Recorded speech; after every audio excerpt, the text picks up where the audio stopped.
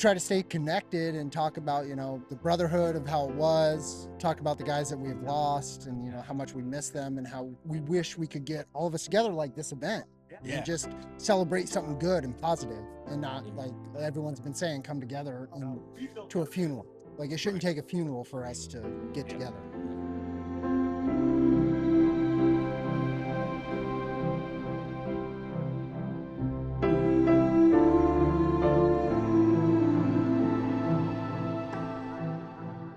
And that's a great feeling. Like you said, it's been so long. Even I haven't seen you in 15, 20 years.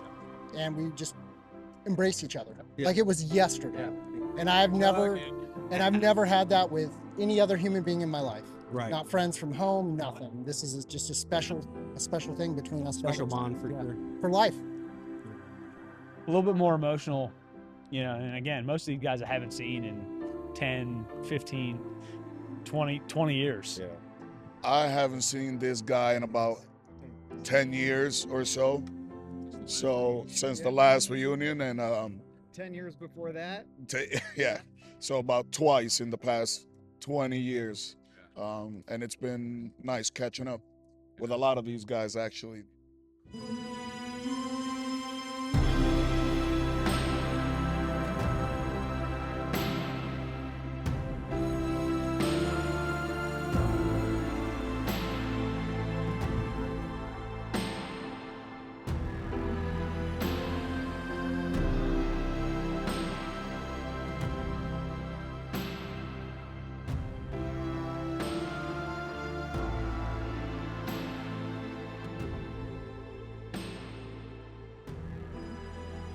It feels like you spent the night in the barracks, woke up the next day for PT, and we're just back at it. It was like a long hangover, and now we're like 20 years older and never skipped a beat. Everybody's back where we left off.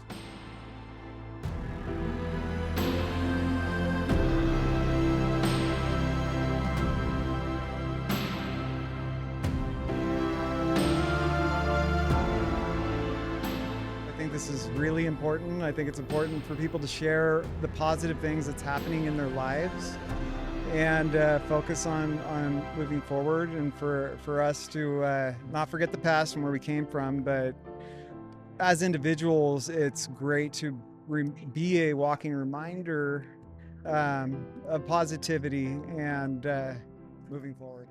A lot of the times I see the patterns of suicide thoughts, the patterns of it's going that route. So me personally, I've made it a point to go visit Marines, whether it's a designated trip with my family or not, but it's more like, hey, at least I went in there and intervened and spoke to them and say, hey, it's okay. As much as I've been successful, I've also had my lows. So just understand what you see on social media from me.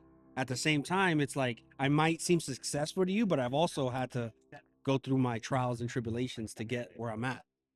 I was with India Company 3rd Platoon during the Battle of Fallujah. Served with a lot of great guys. Some of them are not here. I wish they were.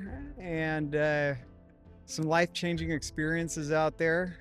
I keep busy with veterans organizations, making sure all the vets are surviving and doing good the best I can, help them and provide some service. My name is Scott Pribble. I was a hospital corpsman first class in OIF-1 with 3-5 for company corpsman for Lima Company.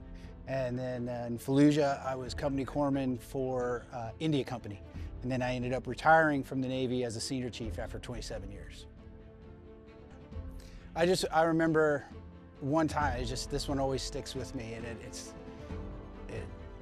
we were sitting on a rooftop, and there was there was firefights going on.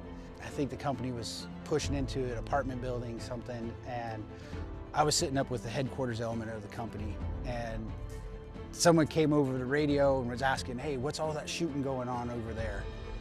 And our radio operator, Shane Killian, at the time, he goes over the radio and goes, be advised, there's a war on.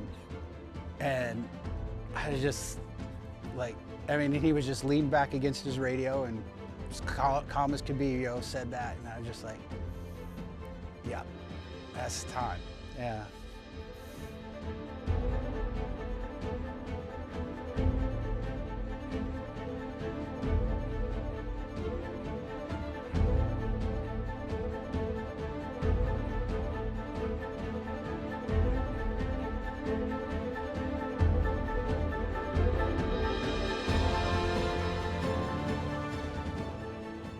was November 15th.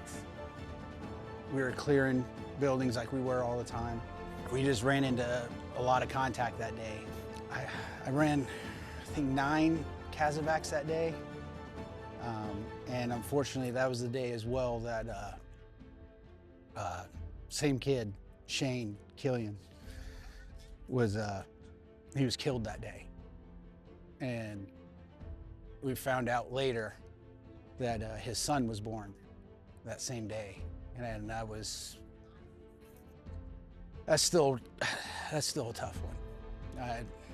That one's in there all the time.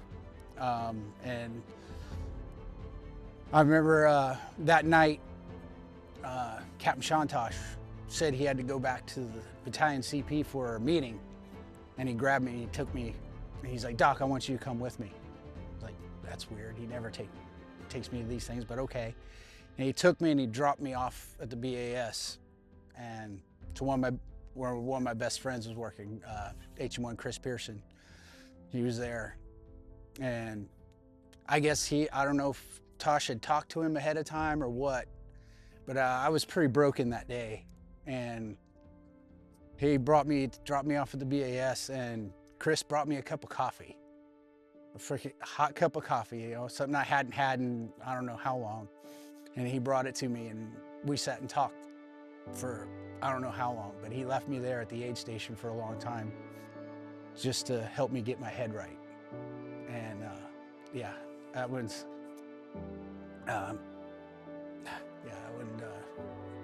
that day, because we lost Smith that day, and Shane, and several other guys were wounded. And it was a rough one, and that's every year it's still a rough one for me.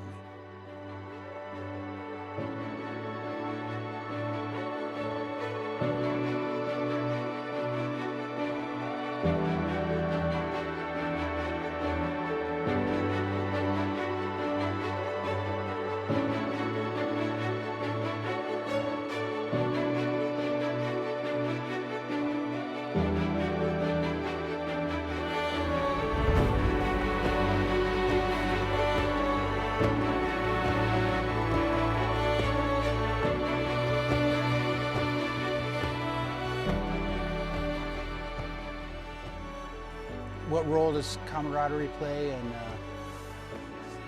that bonding out there? Man, it's everything, because it's almost cliche because you hear it in the movies and everything, because yeah, you're supposed to be, you know, fighting for, you know, God and country and all this stuff, but when it comes down to it, you're there for the guy next to you, you know. And I mean, jeez, just every time I had one of my junior corpsmen come up to me today and talk to me about how he got chewed out by his platoon commander because of a mistake he made, and he came up and he told me, he said that you know, I had talked to him afterwards, you know, telling him that, hey, you're still good, you're doing your job, you've got it, and you can get out there, you know, and keep going, move on. And he said that stuck with him. And there's just so much of that stuff. I mean, you know, just from in the middle of all the craziness, everything that's going on, that we could sit outside a closed up or blown up convenience store looking for wild tiger, you know, and talking about politics, and maybe somebody that wanted to open a hairdressing studio, you know. But it's just all there. I mean, in the middle of the chaos, that everybody can sit there and find the humor.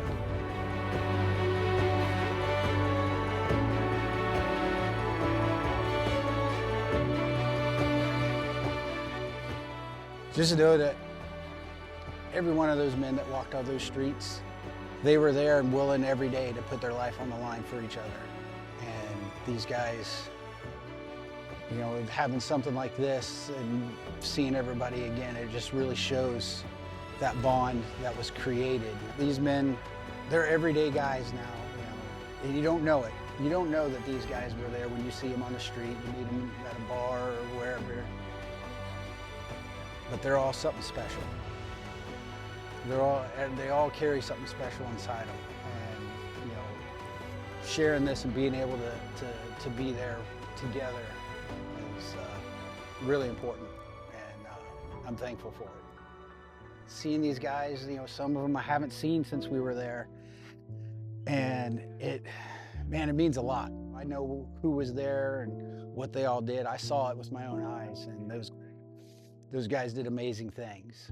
I think about it all, you know, it's there. I mean, you can't have an intense experience like that and not be a part of who you are. The hardest part is the guys too that we've lost since then. Our other radio operator, Hartwig, you know, he passed away several years ago. We've lost several others to taking their own lives from the, you know, maybe not just Fallujah, but the other things that saw, because there's very few of us that was our only experience.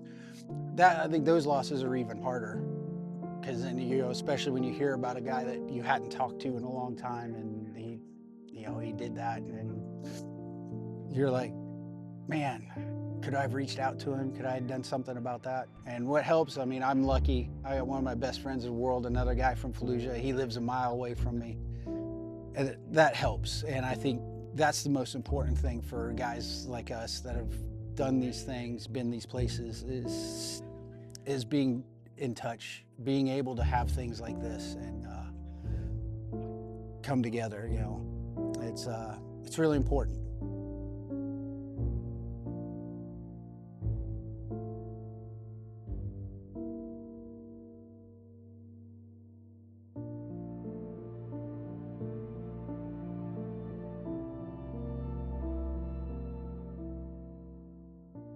Quick word from our sponsor, Mint Mobile, which helped make this possible. 2025 is here, and Mint Mobile has a resolution for you. Skip the gym, skip the fad diet, skip the BS resolutions you'll forget about by next month. Instead, make a resolution to save some serious cash by making the switch to Mint Mobile. And right now, you can get half off their 3-month unlimited plan. We just took a trip to a remote part of California, and you know which phone plan worked for us? Mint Mobile, and at a fraction of the cost. It's time to leave your overpriced wireless plans, jaw-dropping monthly bills, unexpected overages, and all their BS in 2024. All plans come with high-speed data and unlimited talk and text delivered on the nation's largest 5G network. You can even bring your current phone and your phone number. Ditch overpriced wireless with Mint Mobile. It's so easy. Sign up online and get 3 months of premium wireless service for $15 a month. Switch to Mint, and new customers can get half off an unlimited plan until February 2nd. To get your new wireless plan for just $15 a month and get the plan shipped to your door for free, go to mintmobile.com/combatstory. That's mintmobile.com/combatstory. $45 upfront payment required, equivalent to $15 per month. New customers on first 3-month plan only. Speed slower above 40 gigabytes on unlimited plan. Additional taxes, fees, and restrictions apply. See Mint Mobile for details. Thanks again for listening to this special edition of Combat Story.